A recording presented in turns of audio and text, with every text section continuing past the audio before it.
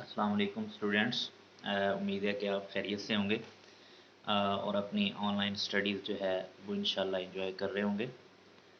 Students हमारा जो आज लेसन हम स्टार्ट करने जा रहे हैं लेसन नंबर 13 है। God be praised. अल्हम्दुलिल्लाह, खुदा का शुक्र है। God be praised written by Ahmad Nadeem Qasmi. Ahmad Nadeem Qasmi ने इसको लिखा है। स्टूडेंट्स, हम बात करते चलें कि हमारा ये जो लेसन है ये इम्पॉर्टेंट कैसे है according to examination point of view. Students, एक तो ट्रांसलेशन आती है paragraph English to Urdu translation जो 15 मार्क्स की आती है, उसके अकॉर्डिंग ये लेसन बहुत इंपॉर्टेंट है। सेकेंडली, इसमें क्वेश्चन आंसर जो है वो भी आते हैं, ठीक है। क्वेश्चन आंसर भी इंशाल्लाह हम देखेंगे और इसके बाद सिनोनिम है वो भी इस लेसन के जो है वो बहुत ज़्यादा इम्पॉर्टेंट है। इसके बाद पंक्चुएशन भी यहाँ से वो लाइंस पिक की जा सकती हैं। तो स्टूडेंट्स, इस चीज़ों के हवाले से हमने इस लेसन को देखना है। तो ये हमारा लेसन बेसिकली हम इसको 3 पार्ट्स में डिवाइड करेंगे और 3 पार्ट्स में डिवाइड करके हम इस लेसन को जो है वो पढ़ेंगे। सबसे पहले हम थोड़ा सा राइटर के बारे में देखते हैं कि राइटर ये पोएट थे, जर्नलिस्ट और ड्रामेटिस्ट, ड्रामा नगार भी थे, सहाफ़ी भी थे और शायर भी। 20 नवंबर 1916 को ये डिस्ट्रिक्ट खुशाब में पैदा हुए। उर्दू अदब का एक बहुत बड़ा नाम अहमद नदीम कासमी। इन्होंने 1968 में इन्होंने प्राइड ऑफ परफॉर्मेंस का जो अवार्ड है वो भी विन किया और ये 10 जुलाई 2006 को फौत हो गए। तो उर्दू अदब का एक बहुत बड़ा नाम जनाब अहमद नदीम कासमी, उनकी ये शॉर्ट स्टोरी बहुत ज़्यादा फेमस हुई। बेसिकली हमारे मुआशरे का एक बहुत ही सैड फैक्ट, बहुत ही इम्पोर्टेंट जो फैक्ट है, पहलू है, उसकी तरफ इशारा करते हैं।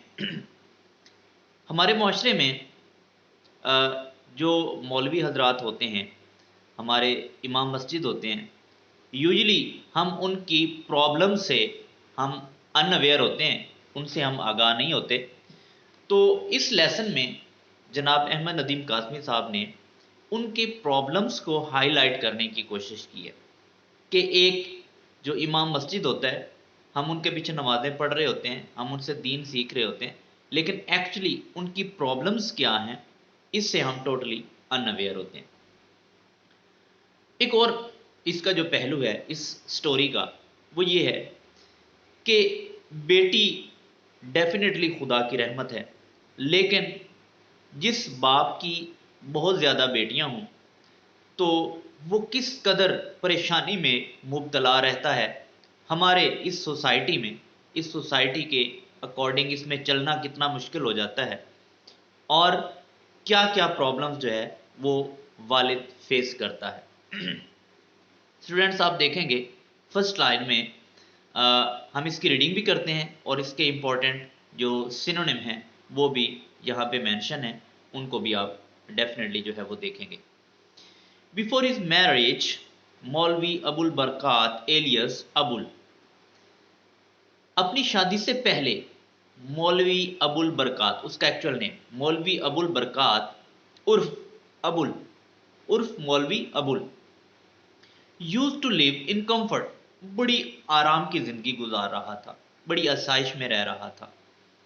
इवन पम्प, हत्ता शानो शौकत वाली जिंदगी गुजार रहा था।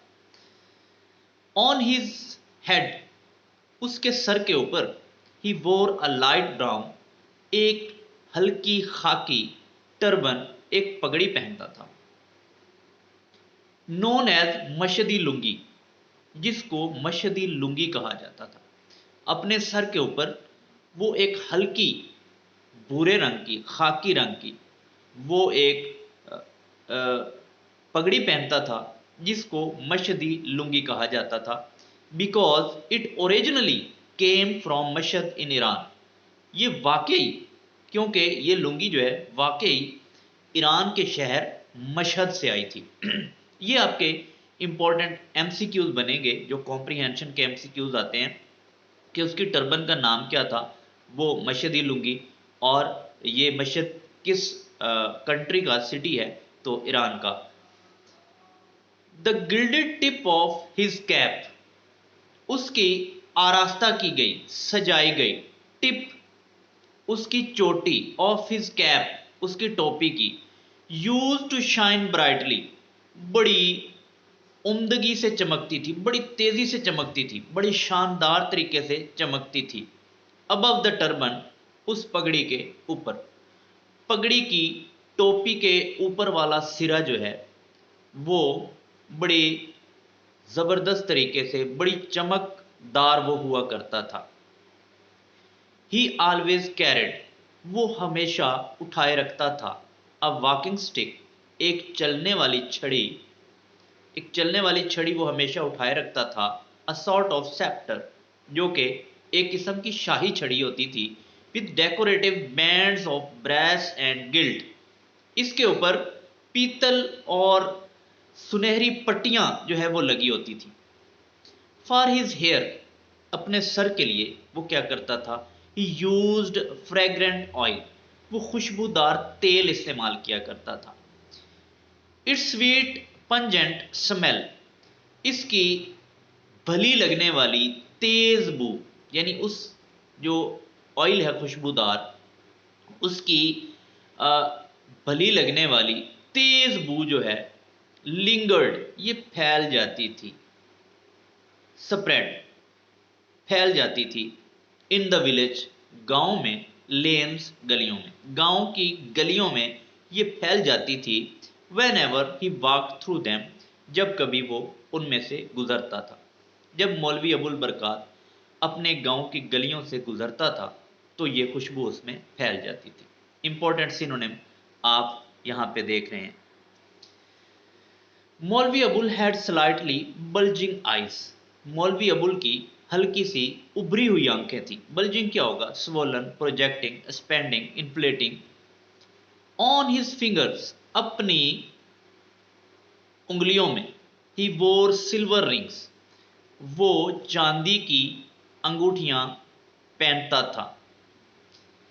विद लार्ज टर्क्वाइज स्टोन, उसके ऊपर बड़े फिरोजे के नगीने जो है वो जड़े होते थे। These rings came of his fingers 5 times a day, ये जो अंगूठियां हैं ये उसकी उंगलियों से दिन में 5 मरतबा उतारी जाती थी। बिफोर एब्ल्यूशंस, वजू से पहले।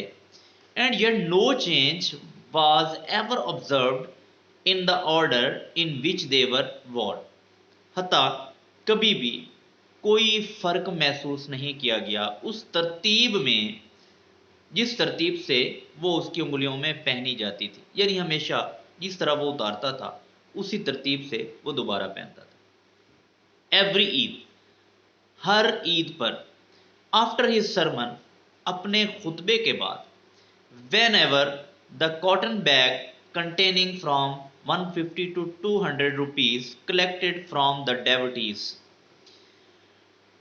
डेवोटीज क्या होते हैं, अकीदतमंद, फॉलोअर्स, उसके हर ईद के खुतबे के बाद एक कपड़े का थैला जिसमें 150 से 200 रुपए जमा होते थे उसके अकीदतमंदों की तरफ से, happen to fall with the third, वो दब से गिरता, वो दब से गिरता था।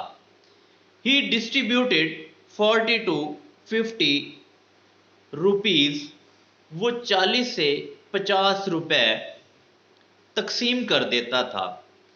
In the presence of the worshippers, अब वहां पे आए हुए नमाजियों की मौजूदगी में, among the needy and the poor of the village, गांव के गरीबों और ज़रूरतमंदों के दरमियान में।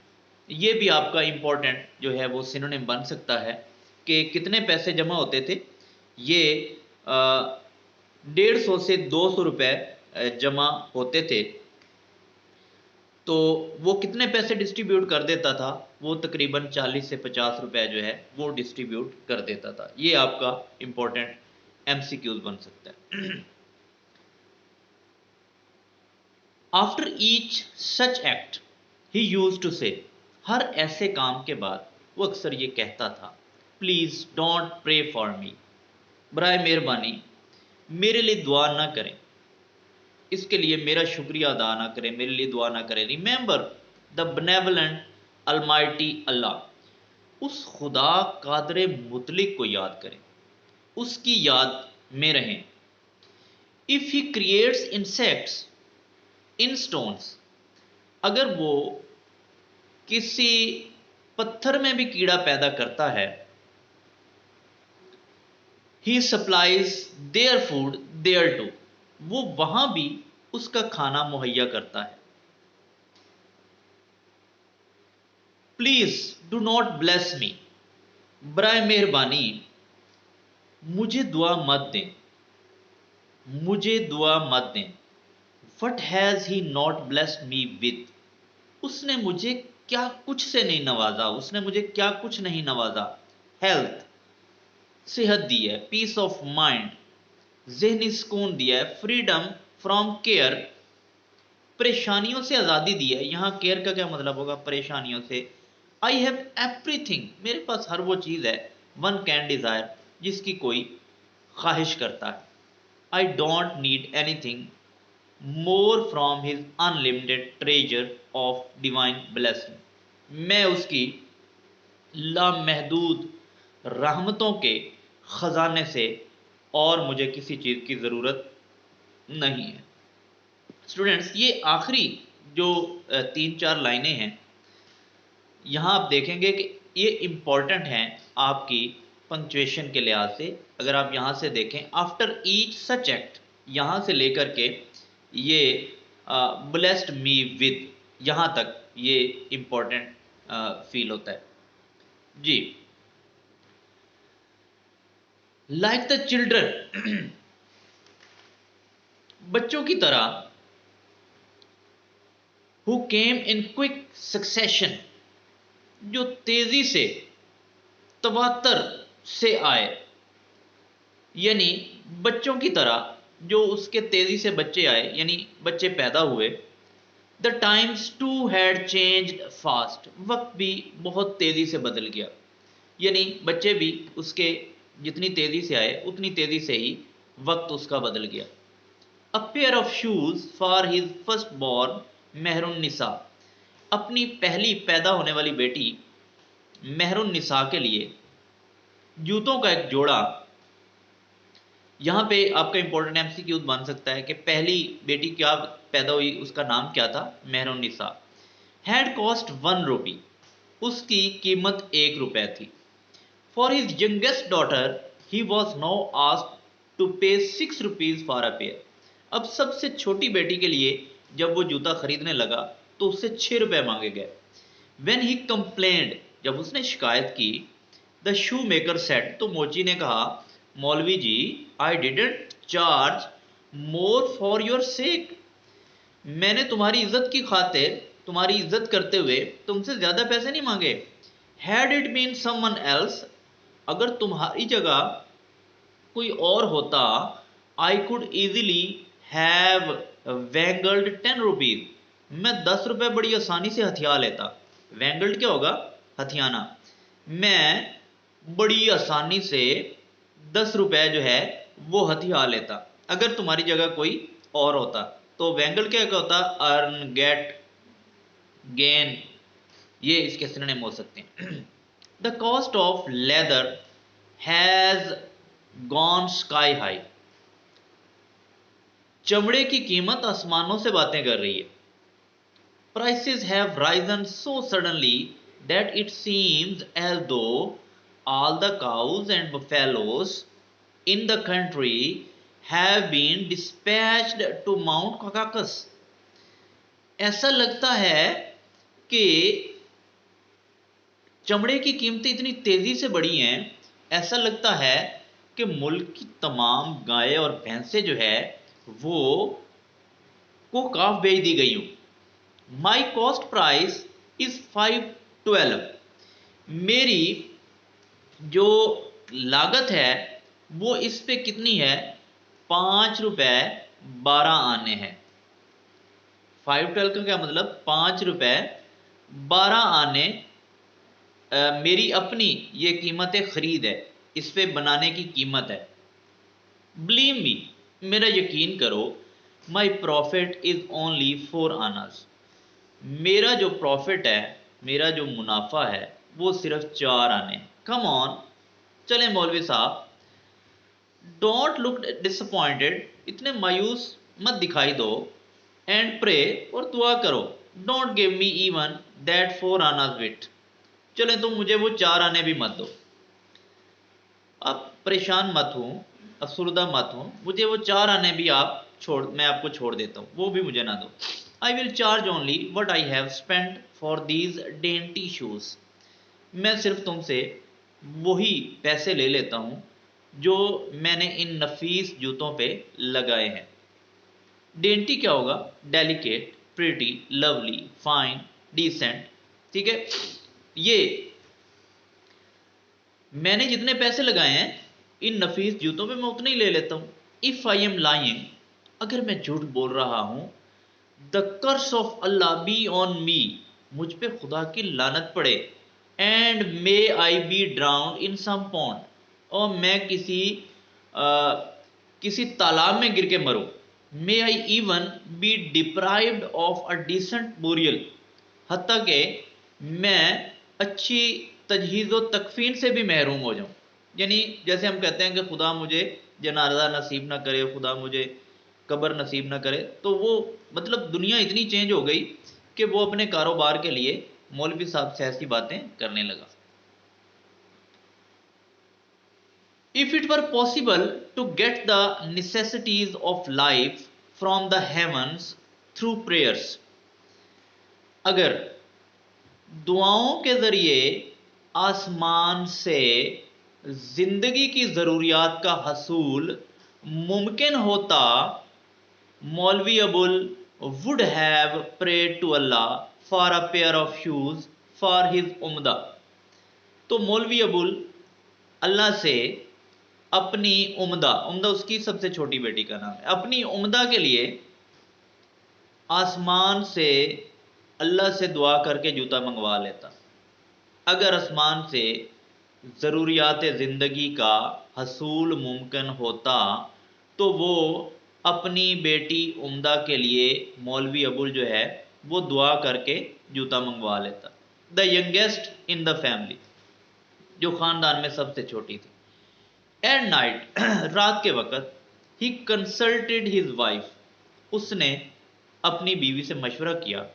बट इंस्टेड ऑफ रिप्लाइंग, लेकिन जवाब देने की बजाय, she silently lifted a corner of the quilt, उसने चुपके से कंबल का, रजाई का एक कोना उठा दिया, टू एक्सपोज, जाहिर करने के लिए, उम्दतुन्निसाज स्मॉल बेयरफुट, उम्दतुन्निसा के छोटे नंगे पांव जाहिर करने के लिए उसने रजाई का एक कोना उठा दिया। बेयर, यहाँ पे पेरा वर्ड में भी हम देखते हैं, एक बेयर रीच होता है, एक बेयर नंगा होता है, एक बेयर बर्दाश्त करना भी होता है। सीइंग दोज डेंटी फीट, उन नरमो नाजिक पाँव को देखते हुए, मौलवी Abul burst into tears like a child, मौलवी अबुल जो है वो बच्चों की तरह फूट फूट कर रोने लगा। अपनी बेटी के नंगे पाँव देखकर मौलवी अबुल जो है वो फूट फूट कर बच्चों की तरह फूट फूट के रोने लगा। नेक्स्ट डे, अगले दिन, आफ्टर हिज मॉर्निंग प्रेयर्स, अपनी सुबह की नमाज के बाद, he went to the shoe maker, वो मोची की दुकान पे गया, and paid him 5 rupees and 12 annas, और उसको 5 रुपए 12 आने दिए, एंड बॉट द शूज, और जूता खरीदा। लीविंग इज शॉप, उसकी दुकान से निकलते हुए, ही वॉर्ड, उसने कसम खाई विद अल्लाह। वोट क्या होता है? Swear, promise, take oath. उसने ये कसम खाई कि क्या होगा, with Allah as his witness, खुदा को उसका गवाह बनाकर उसने कसम खाई, never to use the powder tobacco, कि वो कभी नस्वार इस्तेमाल नहीं करेगा। पाउडर टोबैको क्या होगा? नस्वार। कभी वो नस्वार इस्तेमाल नहीं करेगा। दैट ही लव्ड, जिससे वो मोहब्बत करता था, जो कि उसे बहुत ज़्यादा पसंद थी। When Mehrun-Nisa reached the age of 14, जब मेहरुन्निसा 14 साल की हुई, मौलवी Abul prayer became intense and prolonged, मौलवी अबुल की इबादतें शदीद हो गईं, उसकी दुआएं शदीद हो गईं और लंबी हो गईं। During Ramzan he led the nightly tarawih prayers as usual, वो मामूल के मुताबिक रमज़ान में रात की इबादत यानी तरावी को वो पढ़ाया करता था। बट द सेम मौलवी Abul who never had made a single mistake, लेकिन वही मौलवी अबुल जिसने कभी कोई एक गलती भी नहीं की थी, began straying from one surah of holy Quran to another, वो भटकने लगा कुरान मजीद की एक सूरत से दूसरी सूरत तक। समटाइम अनकॉन्शियसली, बाज़ दफ़ा नादानिस्ता तौर पे, ना जाने में, he repeated the same chapter in the same part of prayer, वो नमाज की एक ही रकत में, एक ही रकात में वो एक ही सूरा को दोबारा पढ़ देता था। Once when Chaudhary Fatehdad the member of the district board reprimanded, reprimanded क्या होता है? डांटना, झिड़कना। जब एक मर्तबा चौधरी फतेहदाद, जो कि डिस्ट्रिक्ट बोर्ड कमेटी का जो है वो मेंबर था, उसने उसको डांटा for him for a mistake, उसकी गलती के लिए, मौलवी Abul felt like shouting back at him, मौलवी अबुल ऐसे लगता था जैसे चीख के उसको जवाब दे रहा हो।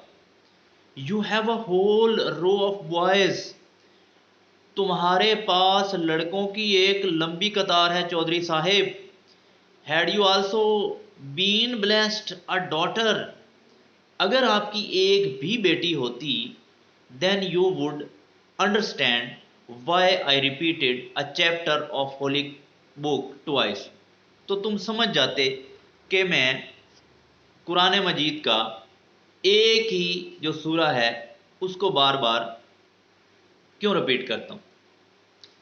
But Chaudhary Fatehdad censure was purely religious, Chaudhary Fatehdad की जो झिड़की है वो खालिस्तन मजहबी थी। Why he was the same rich pious Muslim, क्यों? क्योंकि ये वही नेक मुसलमान, अमीर मुसलमान आदमी था, the head of the village, जो गांव का नंबरदार भी था, बड़ा भी था, who every evening for years, जो कि कई सालों से हर रात, had been sending Maulvi Sahib home baked bread smeared with ghee and an earthen ball, जो कि ये वही आदमी था जो कि कई सालों से हर रात घर की पकी हुई रोटी, जो कि घी में चुपड़ी होती थी, एक मट्टी के बर्तन में, अर्दन बाउल ऑफ दाल, जो कि दाल के एक प्याले के साथ, मट्टी के बर्तन के साथ उसके घर भेजता था। He was very regular in his offering, वो अपनी इस पेशकश में या इस देने में वो बहुत ज़्यादा रेगुलर था, बड़ा बाकायदा था। If for some reason daily offering of the evening meal was delayed, Chaudhary Fatehdad would carry it himself to Maulvi Abul's house and apologise for the delay, saying I am terribly sorry Maulvi ji, my wife is unwell, so the maid has cooked the food. जब कभी देर हो जाती थी तो मौलवी फतेहदाद खुद वो लेकर उसके घर आ जाता था और कहता था, मौलवी साहब मैं नहायत माजरत ख़्वाह हूँ, आज मेरी बीवी बीमार थी, लिहाजा नौकरानी को ये करना पड़ा, खाना पकाना पड़ा। He sincerely considered the daily gift to Maulvi Abul a part of his daily worship. वो वाकई मौलवी अबुल की खिदमत करना रोज़ाना की बुनियाद पर अपनी इबादत का एक हिस्सा समझता था। Conscious of the ever increasing responsibilities of her husband, ज़ेबुन्निसा उसकी बीवी का नाम है, ठीक है। मौलवी अबुल के बारे में भी आपको MCQ आ सकता है और उसकी बीवी के बारे में उसका नाम भी आ सकता है। ज़ेबुन्निसा had to started teaching young girls of the village the Holy Quran. अपने शोहर की जिम्मेदारियों से बाखबर होते हुए ज़ेबुन्निसा ने भी गांव की लड़कियों को कुरान पढ़ाना शुरू कर दिया। ऑन थर्सडे, जुमेरात को, when each of the girl brought a small portion of sugar on bread, जब हर लड़की रोटी के ऊपर कुछ शक्कर डाल के ले आती थी मौलवी साहब के घर, Zebunnisa would arrange for at least 2 basket, तो ज़ेबुन्निसा के पास 2 टोकरियों में वो रोटियां जमा हो जाती थी। These small baskets were used to store morsels of home baked bread. ये टोकरियां घर की पकी हुई रोटियों के टुकड़ों के लिए इस्तेमाल होती थी। Besides bread to fill their bellies, अपने पेट भरने के लिए रोटी के अलावा they also needed clothes to cover their bodies, उनको अपने जिस्म ढांपने के लिए कपड़ों की भी ज़रूरत होती थी। Chaudhary फतेहदाद used to present new clothes to मौलवी अबुल once a year. मौलवी अबुल को चौधरी फतेहदाद हर साल आफ्टर एवरी हार्वेस्ट, हर कटाई के बाद जो है वो कपड़ों का एक जोड़ा देता था। Whenever these clothes came, a tailoring shop would spring up in मौलवी अबुल हाउस। जब ये सूट आता तो मौलवी अबुल के घर में एक दर्जी की दुकान का मंजर बन जाता, दर्जी की दुकान खुल जाती। Zebunnisa with the assistance of Mehrun and Zabda the Shamsun, Zebunnisa जो है वो मेहरून, ज़बदा, शमसुन, ये उसकी बेटियों के नाम हैं, उनकी मदद के साथ would cut them into smaller outfits, उनको छोटे छोटे सूट में काट देती थी फॉर द यंग किड्स, छोटे बच्चों के लिए। If he ever receive some extra money, अगर उसको कुछ ज़्यादा पैसे मिलते, दिस बोनस, ये उनका जो इनाम है, would usually B locked up in a tin box, तो ये एक टीन के डब्बे में जमा कर दिया जाता था। अगर उनको कुछ इजाफी रकम मिलती तो इसको क्या था जी, टीन के डब्बे में जमा कर दिया जाता था। ये मौलवी अबुल की मुश्किलात थी, यूँ उसका गुजारा चल रहा था। ये हमारा पार्ट 1 जो है आज यहाँ पे कंप्लीट हुआ। इंशाल्लाह इसकी ट्रांसलेशन और कंप्लीट करके फिर हम इसके शॉर्ट क्वेश्चन की तरफ आएंगे और इसके कॉम्प्रिहेंसिव क्वेश्चंस की तरफ इंशाल्लाह हम जो कॉम्प्रिहेंशन के हैं, अंडरस्टैंडिंग के, वो और इसके सिनोनिम की एक्सरसाइज की तरफ आएंगे। मिलते हैं नेक्स्ट पार्ट में। अल्लाह हाफिज़, अपना ख्याल रखिएगा।